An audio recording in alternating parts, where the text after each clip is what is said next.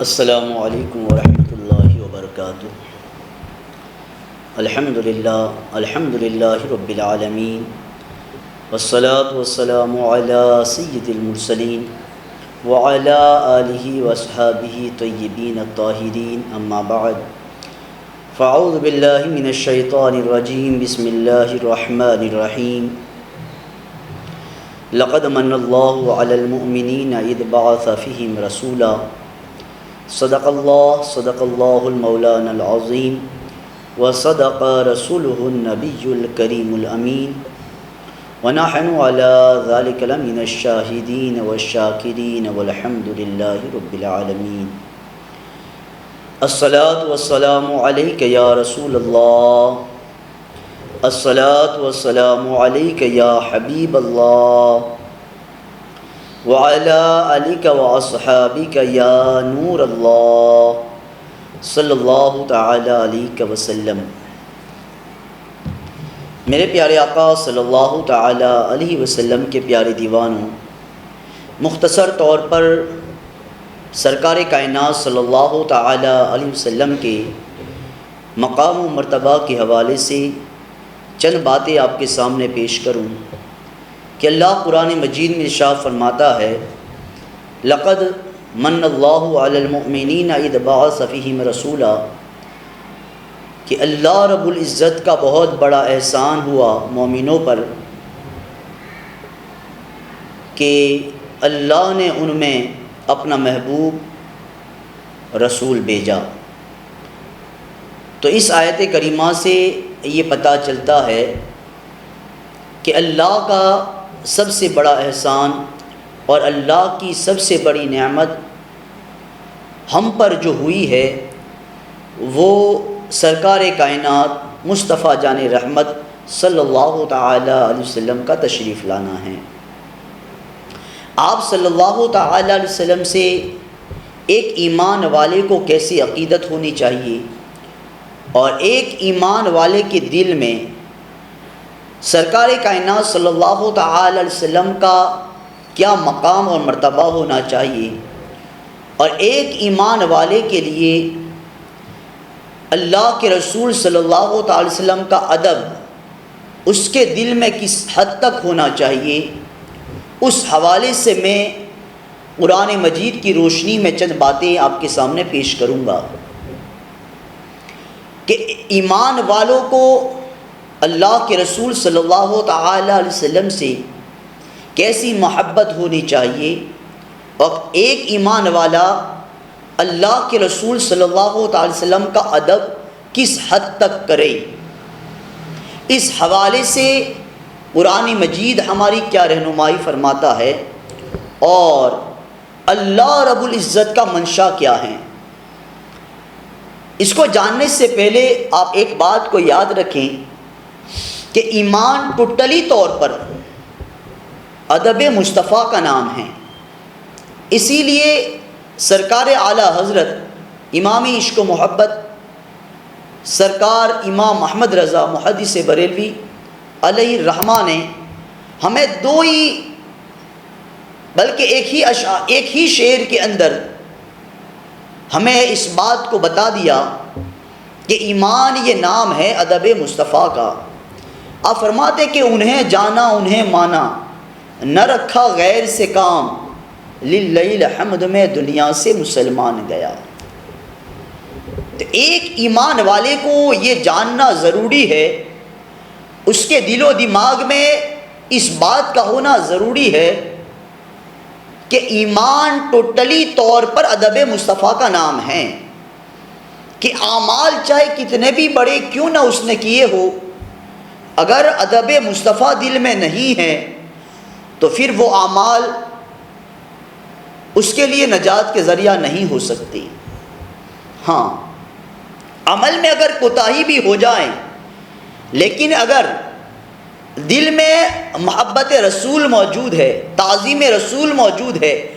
ویسا ادب موجود ہے جیسا رب چاہتا ہے نبی کا، تو پھر اللہ رب العزت اعمال کی کمی کو بخش دیتا ہے۔ آپ اس کو اگر جاننا چاہے تو قرآن مجید کا مطالعہ کریں، بہت ساری آیات میں اللہ رب العزت نے اس کو واضح فرمایا ہے کہ ضروری نہیں ہے ہر کلمہ پڑھنے والا، ہر نماز پڑھنے والا، ہر روزہ رکھنے والا، ہر کلمہ پڑھنے والا، یہ کہنے والا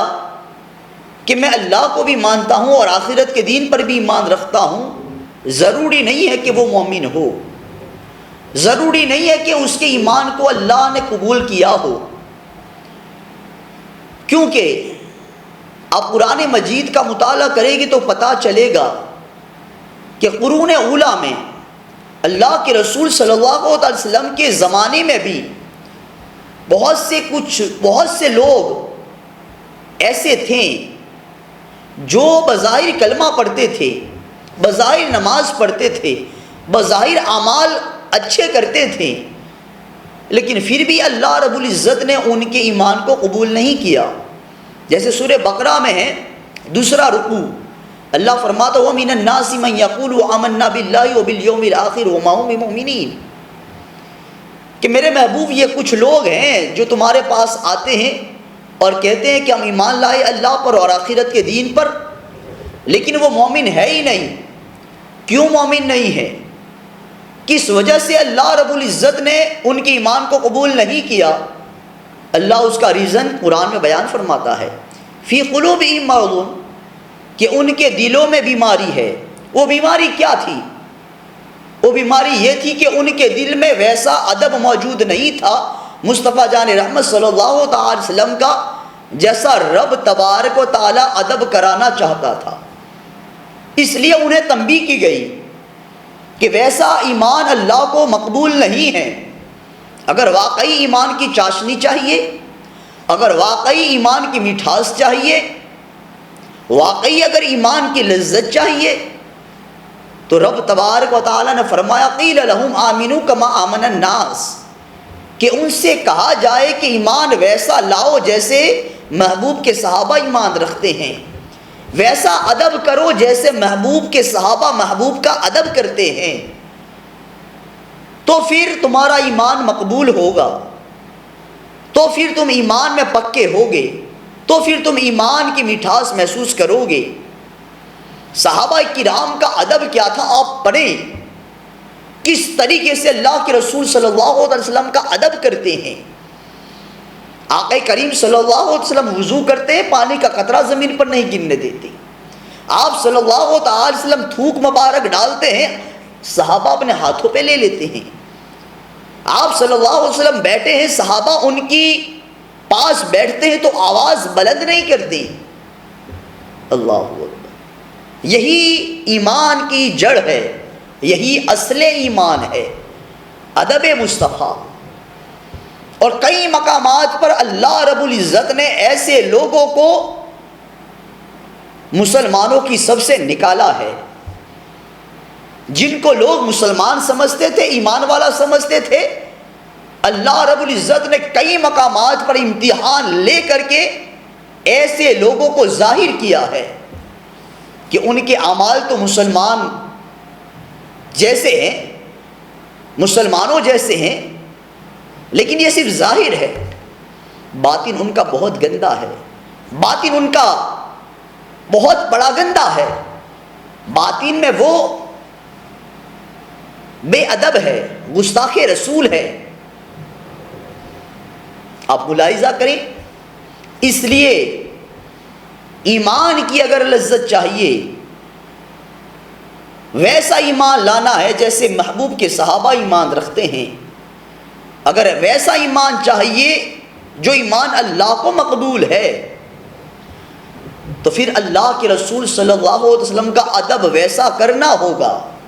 اللہ کے رسول صلی اللہ تعالی علیہ وسلم کو ویسا ماننا ہوگا، اللہ کے رسول صلی اللہ علیہ وسلم کی تعظیم ویسے کرنی ہوگی جیسے رب کائنات چاہتا ہے۔ میں ایک مثال آپ کو دوں، رب تبارک و تعالی نے کس طریقے سے ایمان والوں کو سمجھایا ہے کہ کون سا ایمان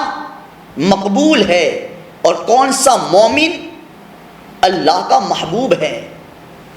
اور کون ایمان والا ہے اللہ کے نزدیک، اور کون کلمہ پڑھ کر کے بھی ایمان والوں کی سب سے باہر ہے۔ اللہ رب العزت نے اس کو صاف طور سے واضح فرمایا، اور کئی مقامات پر اللہ رب العزت نے ایسے لوگوں کو ایمان والوں کی سب سے نکالا ہے۔ اس کی ایک مثال آپ دیکھیں، جب آپ صلی اللہ تعالی علیہ وسلم کو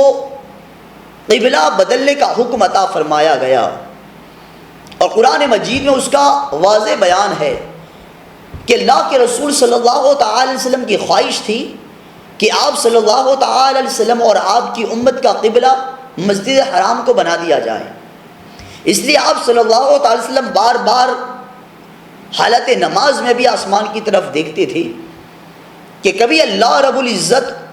حکم نازل فرما دے اور میں مسجد حرام کو اپنا قبلہ بناؤں۔ ایک وقت آتا ہے کہ آپ نماز عصر ادا کر رہے ہیں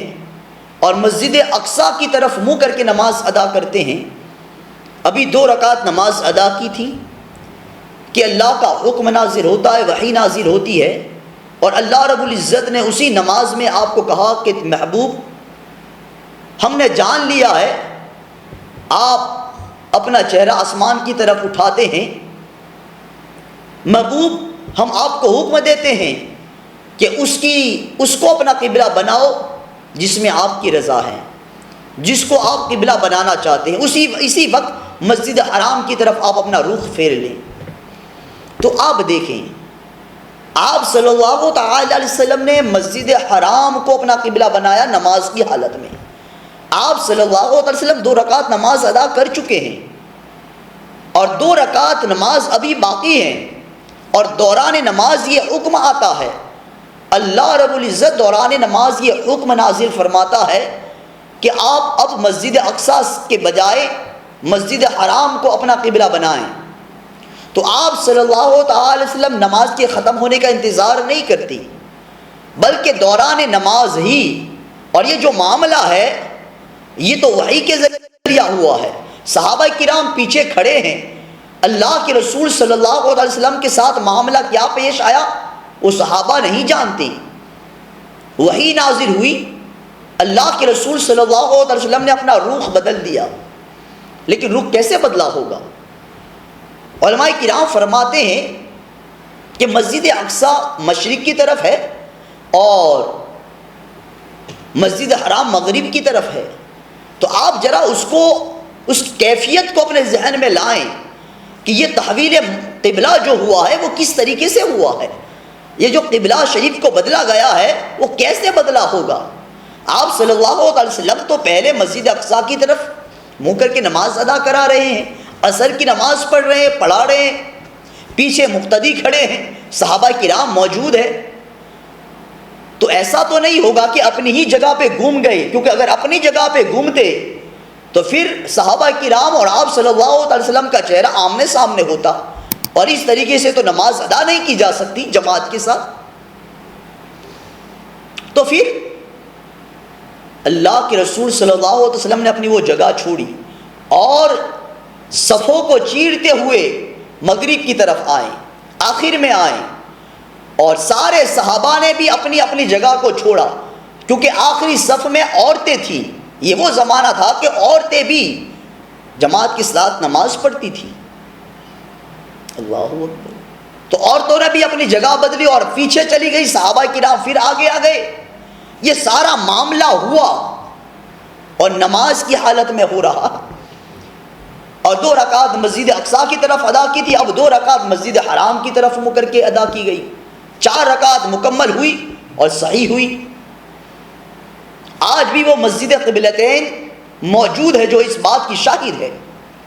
اب سوال یہ ہوتا ہے کہ اللہ رب العزت نے دوران نماز ہی یہ حکم کیوں نازل فرمایا؟ نماز کے ختم ہونے کا انتظار کیوں نہیں کیا؟ یا پھر اللہ رب العزت نے یہ حکم کیوں نازل نہ فرمایا کہ نماز ختم کرنے کے بعد اب جب مغرب کا وقت آئے تو مغرب کی نماز مسجد حرام کی طرف منہ کر کے ادا کرنا؟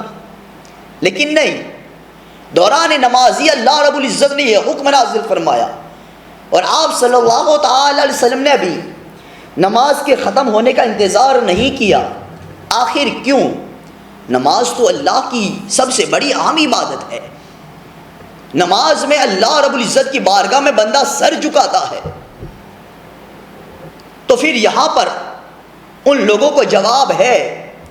جو یہ سوچ رکھتے ہیں، جو یہ گمان کرتے ہیں، کلمہ پڑھنے کے باوجود بھی، ایمان لانے کے باوجود بھی یہ سوچتے ہیں کہ نماز میں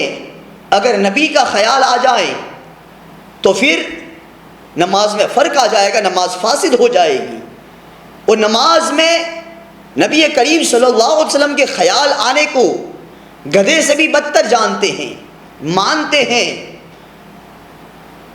ان کے کہنے کے مطابق، ان کے خیال کے مطابق کہ نماز میں اگر نبی کا خیال آ جائے تو تعظیم سے ہوگا اور توحید میں فرق آ جائے گا، کیونکہ نماز صرف اور صرف اللہ کے لیے ادا کی جاتی ہے۔ تو اللہ رب العزت نے ان لوگوں کے لیے یہ کام کیا ہے کہ اللہ رب العزت نے نماز کے ختم ہونے کا انتظار نہیں کیا، بلکہ دوران نماز ہی حکم نازل فرمایا۔ اور کیوں اللہ رب العزت نے دوران نماز ہی حکم نازل فرمایا؟ اس کا جواب رب تبارک و تعالیٰ قرآن میں عطا فرماتا ہے کہ دوران نماز ہی یہ حکم نازل کیوں کیا، اور نماز کے ختم ہونے کا بھی انتظار کیوں نہیں کیا گیا؟ کیونکہ پیچھے نماز پڑھنے والوں میں سارے کے سارے ایسے نہیں تھے، کچھ ایسے بھی تھے جو کچھ دل میں کجی محسوس کرتے تھے اللہ کے رسول صلی اللہ علیہ وسلم کے حوالے سے۔ تو اللہ رب العزت نے قرآن میں اس کی وجہ بیان فرمائی کہ ہم نے قبلہ کو دوران نماز ہی کیوں بدلنے کا حکم عطا فرمایا۔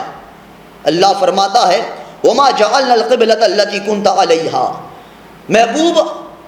ہم نے وہ قبلہ جس کی طرف منہ کر کے آپ نماز ادا کر رہے تھے، اس قبلے کو بدلنے کا حکم کیوں نازل فرمایا دوران نماز؟ وہ اس لیے رب فرماتا إِلَّا لِنَعْلَمَ مَن يَتَّبِعُ الرَّسُولَ، تاکہ ہم جان لیں، اور اللہ تو پہلے ہی سے علیم و خبیر ہے۔ یہاں جاننے سے مراد یہ کہ محبوب میں تو جانتا ہوں، لیکن وہ لوگ بھی جان لے کہ جن کو مسلمان سمجھا جاتا ہے وہ دل میں ادب مصطفیٰ نہ رکھنے کی وجہ سے اللہ کی بارگاہ میں مومن نہیں ہے۔ محبوب اس لیے میں نے دوران نماز یہ حکم نازل فرمایا تاکہ پتہ چل جائے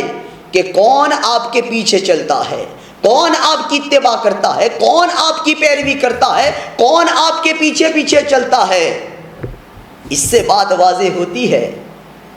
کہ یہ رب تبارک و تعالیٰ نے رہنمائی فرمائی ہے کہ ایمان در حقیقت اتباع رسول کا نام ہے، اطاعت رسول کا نام ہے، ادب مصطفیٰ کا نام ہے، تعظیم مصطفیٰ کا نام ہے۔ یہ دوران نماز ہوا تو رب نے یہ ارشاد فرمایا محبوب میں نے یہ حکم اس لیے نازل فرمایا تاکہ بات واضح ہو جائے، امتیاز ہو جائیں۔ جو بظاہر مسلمان دکھتا ہے اگر واقعی ایمان کی مٹھاس کو وہ پا چکا ہے تو وہ نہیں دیکھے گا کہ نماز میں ہے، وہ تو تجھے دیکھے گا، وہ تو جس طرف جائے گا وہ اسی طرف گھوم جائے گا، اور جس کے دل میں تیرے حوالے سے کچھ کجی ہے وہ یہ محسوس کرے گا کہ میں تو نماز میں ہوں، نماز اللہ کے لیے ہے، اب ان کی طرف جاؤں گا تو غیر اللہ کی طرف جانا ہوگا، میری نماز میں فرق آئے گا۔ محبوب جو یہ گمان کر کے نماز میں رہا اور قبلہ نہ بدلا تو پھر اس کی نماز بھی گئی، اس کا ایمان بھی گیا۔ اور جس نے تجھے دیکھ کر کے اپنا چہرہ اس طرف پھیر لیا جس طرف تو پھر گیا، جس طرف تو نے اپنا منہ کر لیا، تیرے پیچھے پیچھے چلا، تو اللہ فرماتا ہے اس کی نماز بھی ہو گئی، اس کا ایمان بھی مٹھاس اس نے پا لی، اس کا ایمان بھی مجھے مقبول ہو گیا، وہ غلام رسول ہوا۔ اس سے پتہ چلتا ہے بہت ساری ایسی آیات ہیں جس سے اللہ رب العزت نے اس بات کو واضح فرمایا ہے اور مسلمانوں کی صف سے ان لوگوں کو نکالا ہے جو بظاہر کلمات تو پڑھتے تھے، بظاہر اللہ اور اس کے رسول کو ماننے کا دعویٰ کرتے تھے، اعمال صالحہ کرتے تھے، قرآن مجید کی تلاوت کرتے تھے لیکن دل میں ادب مصطفیٰ نہیں رکھتے تھے، تعظیم مصطفیٰ نہیں تھی ویسی جیسی اللہ کرانا چاہتا تھا، تو اللہ رب العزت نے بہت سارے مقامات پر ایسے امتحانات لے کر کے ان کو مسلمانوں کی صف سے نکالا ہے۔ تو ان ساری باتوں سے ایک بات کا پتہ چلتا ہے کہ ایمان اگر ویسا چاہتے ہیں کہ جو اللہ کو مقبول ہے اور جس ایمان کی وجہ سے اللہ کے محبوب بن جائیں، تو پھر ویسا ادب کرنا ہوگا آقا کریم صلی اللہ علیہ وسلم کا جیسا اللہ چاہتا ہے، اور جیسے صحابہ کرام نے مصطفیٰ جان رحمت صلی اللہ علیہ وسلم کا ادب کیا، اللہ کے رسول صلی اللہ علیہ وسلم کے صحابہ نے کیسا ادب کیا ہے، کس حد تک ادب مصطفیٰ میں وہ مستغرق تھے، اس کو انشاءاللہ میں آئندہ گفتگو میں آپ کے سامنے رکھوں گا۔ رب تبارک تعالی ہمیں اس پر عمل کرنے کی توفیق عطا فرمائے۔ السلام علیکم ورحمۃ اللہ وبرکاتہ۔